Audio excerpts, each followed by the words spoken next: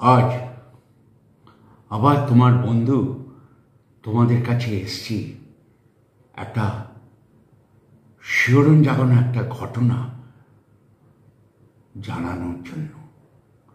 যেমন ভয় সেই রকম শিহরণ জাগানো ঘটনা। ঘটনাটা একটি 22 বছরের মেয়ের সঙ্গে ঘটেছিল। মেয়েটি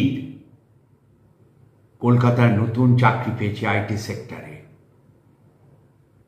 মেয়েটির নাম স্বর্ণালী রয়।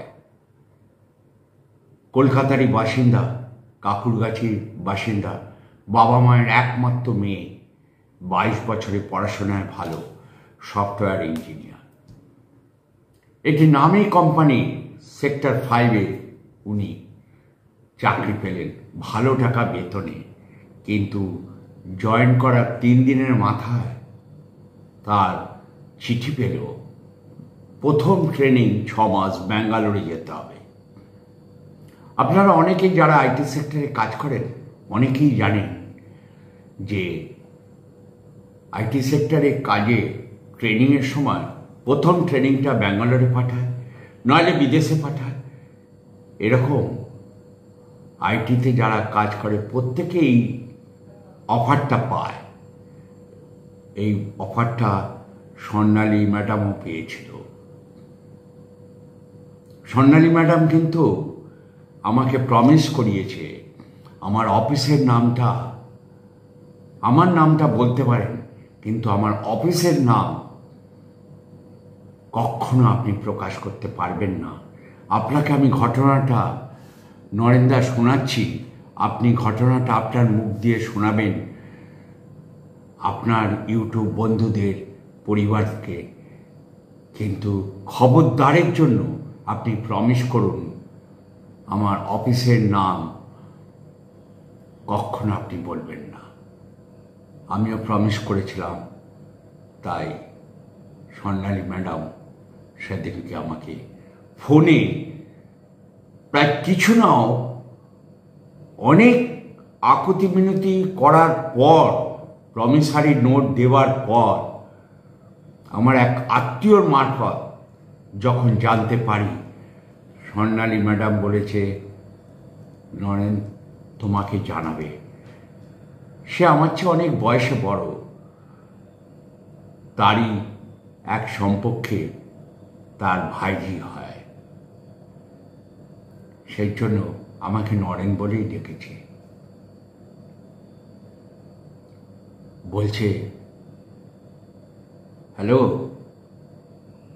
নরেন্দা, আপনার গল্প তো অনেক শুনি, অনেক ঘটনা শুনেছি আপনার জেঠুর কাছ থেকে। তাই জেঠু আপনার কথা বলতে আমি আপনাকে ফোন নাম্বারে একটু ব্যস্ত করে তুললাম। আর বললাম, কেন এই কথা বলছেন কেন? বললো, না, যেমন আপনার দরকার সেরকম আমারও জীবনে ঘটে যাওয়া এই ঘটনাটা আপনাকে শোনাতে পারলে আমি সত্যি একটু হালকা হব। আমি কী ঘটনা? বলল, আমার জীবনে ঘটেছিল এক শিহরণ জাগানো ভয়ের ঘটনা। বলে, বেশি দিন নয়, 2017 4 জানুয়ারি ঘটেছিল আমার সাথে এই ঘটনাটা। আমি কলকাতায় একটি নামী আইটি সেক্টরে জব পাই। আমাকে প্রথম 3 দিনের মাথায় একটি চিঠি হাতে ধরিয়ে দেয় আমার প্রেজেন্ট বস, যে প্রথম 6 মাস ব্যাঙ্গালোরে আমার প্রথম ট্রেনিং চলবে, ট্রেনিংয়ে ভালো টাকা বেতন। তাই আমি বললাম, ব্যাঙ্গালোরে আমি থাকবো কোথায়? ব্যাঙ্গালোরে আমাকে পাঠাচ্ছেন। বলল, আমরা ওইখানে যারা যায় আমরা তাদের খোঁজ করে একটা বাড়ির ব্যবস্থা করে দিই, আপনার কোনো অসুবিধা হবে না। বাকিটা ক্যান্টিন, সামনের দিকটা অফিস, পেছন দিকটায় পুরো ক্যান্টিন, বিশাল নয়, মানে 2500 স্কোয়ার ফিট করে এক একটা মানে রুম নেওয়া বিল্ডিংয়ে। তার মধ্যে অফিস রয়েছে 1st floor, 2nd floor, 3rd floor, 4th floor থেকে সব রেসিডেন্ট। থার্ড ফ্লোর পর্যন্ত ওদের। ফ্লোর 4-এ স্বর্ণালী ম্যাম ফ্ল্যাটটা পেয়েছে একদিকে সিঙ্গেল রুমের, বাকি ওইদিকে 2-3টে রুমে আলাদা আলাদা লোকেরা থাকে। এই ফ্ল্যাটটাই একমাত্র ফাঁকা আছে। অফিসে রিপোর্টিং করার পর সেই স্টাফ কাম পিয়ন যাকে বললাম, তার নাম সুদর্শন, সে নিয়ে গিয়ে ম্যামকে ঘরটা দেখায়। ঘরটা দেখানোর সাথে সাথে ম্যামের পছন্দ হয়ে যায় ঘরটা।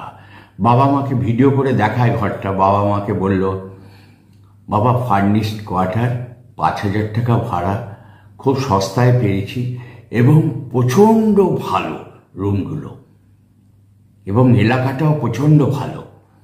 তা যাই হোক, বাবা মা বললো তোর ভালো লাগলেই ভালো, সাবধানে থাকবি আর মাঝে মাঝে ফোন করবি কোনো কিছু অসুবিধা হলে। বললো যে ঠিক আছে বাপি, তোমাকে চিন্তা করতে হবে না।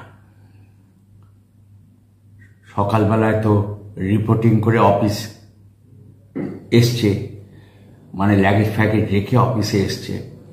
এসে টুকটাক বসদের সঙ্গে কাজকর্ম বুঝেছে, কাজকর্ম রিসিভ করেছে।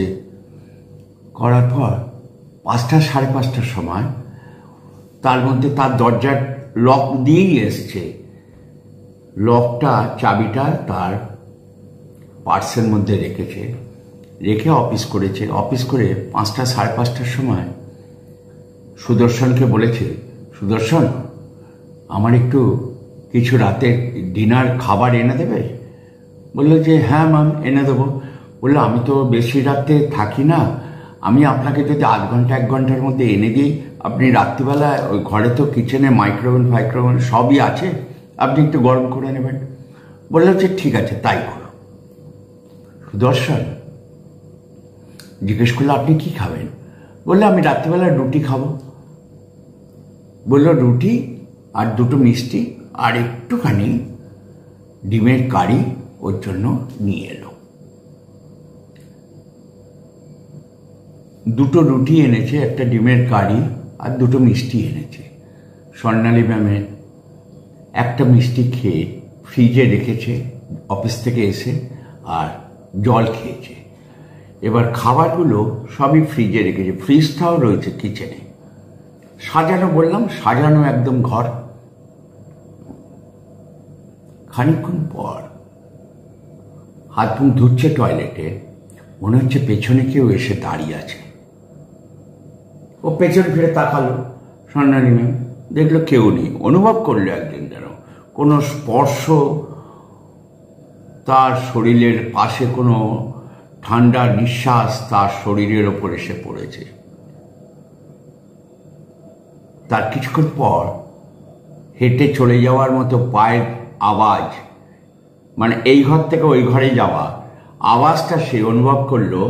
বাথরুমে মানে টয়লেটে গিয়ে বেসিনে হাত মুখ ধুচ্ছে যখন, তখন অনুভব করছে কেউ যেন হেঁটে এই ঘর থেকে ওই ঘরে চলে গেল। সঙ্গে সঙ্গে টয়লেট থেকে বেরোলো, কারণ সে তো দরজা লক করেই ঘরে ঢুকেছে। এই ঘরে কেউ নেই, রান্নাঘরটা দেখলো কেউ নেই। হঠাৎ তার যে ঘরে লাগেজ রাখা ছিল, জামা কাপড় ড্রেস ফ্রেস ছেড়েছিল, বিছনার উপর রেখেছিল ভাঁজ করবে বলে, করে হাত মুখ ধুতে গেছে অন্য জামা কাপড় পরে, এসে দেখছে সব জামা কাপড় বিছনার ওপর থেকে নিয়ে মেঝেতে ফেলে দিয়েছে। কে করলো? ও তো বিছনার উপর রেখে গেল। ছড়ানো ছটানো সব ফ্লোরে পড়ালো, বেডরুমে। যাই হোক, সে ভাবলো হয়তো আমি বোধহয় ভুল করে বিছনায় না রেখে নিচে রেখে চলে গেছি, টয়লেটে চলে গেছি। আবার বিছনার উপরে রেখেছে। রাখার সঙ্গে সঙ্গে ঠিক ডাইনিং রুম থেকে একটা কিরকম কান্নার আওয়াজ সে পাচ্ছে। সে সঙ্গে সঙ্গে বেডরুম থেকে বেরিয়ে এসে ডাইনিং রুমে এসছে। হাওয়ার মানে আসার সাথে সাথে আওয়াজটা বন্ধ হয়ে গেছে। এবার আওয়াজটা যখন বন্ধ হয়ে গেছে, সে ভাবলো বোধহয় পাশে কেউ হয়তো কোনো কারো ফ্ল্যাটে কেউ কাজ, যে সেই আওয়াজটা। খানিকক্ষণ পর মাইক্রোওভেনে খাবার গরম করছে, মনে হলো চেয়ারটা, ডাইনিং রুমে 4টে চেয়ার ছিল, একটা চেয়ার কেউ ফেলে দিল, হঠাৎ করে আওয়াজ হলো। গিয়ে সঙ্গে সঙ্গে কিচেন থেকে বেরিয়েই ডাইনিং রুমের কাছে এসে দেখছে চেয়ারটা পড়ে আছে। চেয়ারটা তুলে বসিয়েছে, দেখলো জানলায় কোনো ঝড়ো হাওয়া আছে নাকি, হাওয়ায় পড়ে গেছে নাকি। বলছে না, গাছের পাতাও তো নড়ছে না। কিছু বলেনি, কিছু মনেও করেনি। আবার ভাবছে হয়তো ভুল, গাছের খুব জোর ঝড়ো হাওয়া দিয়েছে, সেই লবি এটা খোলা ছিল শাটারটা, হাওয়া ঢুকে বোধহয় চেয়ারটাকে ফেলে দিয়েছে। রান্নাঘর থেকে জিনিস যেগুলো গরম করেছে মাইক্রোতে নিয়ে ডাইনিং টেবিলে খেতে বসেছে। খেতে যখন বসেছে সে অনুভব করছে তার পেছনে এসে কেউ যেন হাত দিয়ে এরকম করে ডাকছে। পেছন তাকালো, তাকিয়ে দেখছে কেউ নেই তো। খেতে বসেছিল, খেতে খেতে সে অনুভব করছে তার পেছনে এরকম করে হাত দিয়ে কেউ ধাক্কিয়ে তাকে নক করছে। সঙ্গে সঙ্গে তাকিয়েছে, কেউ নেই। স্বর্ণালী ম্যাম এবার একটু ভয় খেয়ে গেছে। ওদের অফিসটা ক্যান্টিন সদ্য 3rd ফ্লোরে, স্বর্ণালী ম্যামের যে অফিসটা তার তলাও তাদেরই, স্বর্ণালী ম্যামেরই অফিস, 2nd ফ্লোর, 1st ফ্লোর। ওর 3rd ফ্লোরে উনি বসেন রুমটায়। তখন ও ঘরটা থেকে খাবারটা অর্ধেকটা খেয়ে উঠে দাঁড়িয়েছে। উঠে দাঁড়িয়ে এই ঘর ও ঘর দেখছে। দেখার সঙ্গে সঙ্গে রান্নাঘরের আলোটা জ্বালিয়ে এসেছিল, ধপ করে রান্নাঘরের আলোটা নিভে গেল। অত বড় কিচেন, রান্নাঘরে উঠে দেখতে গেল যে রান্নাঘরে কেউ নাকি। রান্নাঘরের আলোটা ঠক করে আওয়াজ হলো, মনে হলো কেউ সুইচটা ধরে নিভিয়ে দিল। ম্যাম বেরিয়ে এসছে ঘর থেকে। বেরিয়ে এসে লিফটের কাছে দেখছে লিফটটা অদ্ভুত ধরনের লিফট, এইদিকেও কাচ ওইদিকেও কাচ। ভেতরে কেউ দাঁড়িয়ে থাকলে লিফটে করে ওপরে উঠলেও তাকে দেখা যায়, বাইরে কেউ দাঁড়িয়ে থাকলে সেও দেখতে পারে ভেতরের লোক। দেখছে লিফটটা ওপরের দিকে উঠে যাচ্ছে, ওই ফ্লোর থেকে 4th ফ্লোর থেকে 5th ফ্লোর 8th ফ্লোর পর্যন্ত বিল্ডিংটা ওপরে উঠে যাচ্ছে। ভেতরে একজন ভদ্রমহিলা দাঁড়িয়ে আছে, সে ব্যাক সাইড করে চুলগুলো সামনের দিকে সব এরম করে করা। সে মুখটা কি সামনের দিকে না পেছন দিকে বুঝতে পারা গেল না। পেছন দিকেও ঝুলছে, সামনের দিকেও ঝুলছে। ও খালি এক পলকে লিফটটা উঠছে যখন ওরম করে তাকিয়ে দেখছে, ও বেরিয়ে এসছে ঘর থেকে তখন স্বর্ণালী ম্যাম, এবং লাইটটা নিভিয়ে যেতে ভয় পেয়ে গিয়ে ঘর থেকে বেরিয়ে আসছে। এবার ভাবলো লিফটটা তো ওপরে উঠে গেল, এবার লিফটটা যখন আবার নিচে নামছে 4th ফ্লোরে, তখন লিফটটা ওর জন্য, ও তো এটা সুইচটা টিপেছে, লিফটটা দাঁড়িয়েছে। লিফটটা যখন ঢুকছে তখন দেখছে কেউ নেই। লিফটে গিয়ে 3rd ফ্লোরে যাবে, ওই সুদর্শন যদি থাকে সুদর্শনকে ডাকবে যে কি ব্যাপার, লাইটটা কেটে গেছে, লাইটটা লাগিয়ে দেওয়া হচ্ছে রান্নাঘরে। যখন 4th ফ্লোর থেকে 3rd ফ্লোরে নামছে, কেউ তো ছিল না লিফটে। হঠাৎ তাকিয়ে দেখে একটা দিকে সাইডে ওই মেয়েটি দাঁড়িয়ে আছে। সেই মাত্র দেখলে তো কেউ নেই। এর ওপর থেকে মনে মনে ভাবছে, কিচ্ছু বলল না, ভয় তখন ঠাক ঠাক করে কাঁপছে। লিফটে এসে 3rd ফ্লোরে নামতেই তাকিয়ে দেখে কেউ পাশে নেই।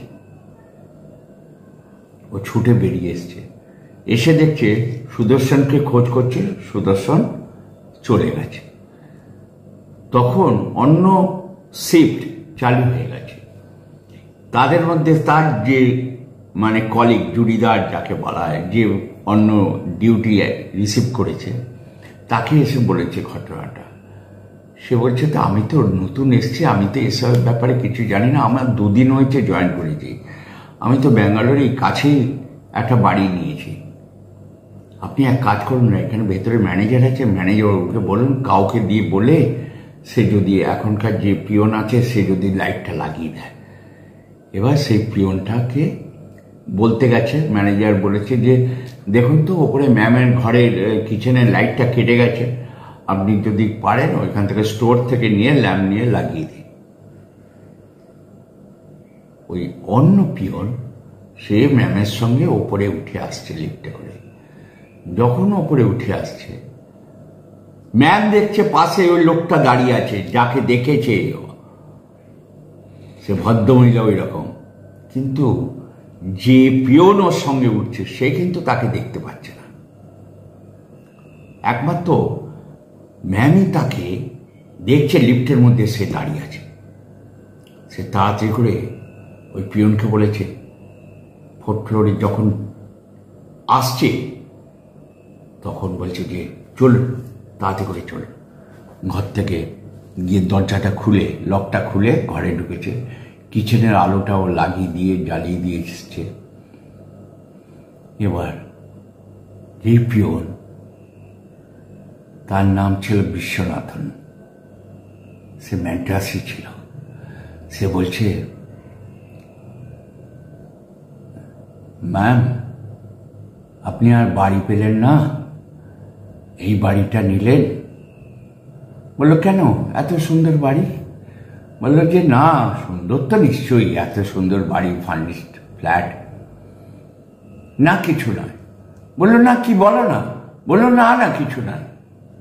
সে আর কিছু বলেনি। যদি প্রেজেন্ট বস জানতে পারে এসব রিপোর্ট করে স্বর্ণালী ম্যামকে বলেছে, তাহলে তো ভয় পেয়ে যাবে, হয়তো কাজ ছেড়ে চলে যাবে, চাকরি ছেড়ে। সে কিছু না বলে ঘর থেকে বেরিয়ে এসছে। যথারীতি ও রাত্রিবেলায় নাইট ল্যাম্পটা জ্বালিয়ে শুয়েছে। সেই কান্নার আওয়াজ বাথরুম থেকে আসছে।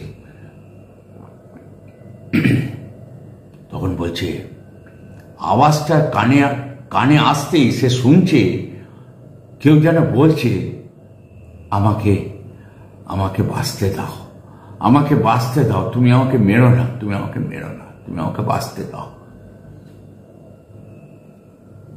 আমি তো তোমার কোনো ক্ষতি করিনি, তুমি আমাকে কেন এরকম করছো?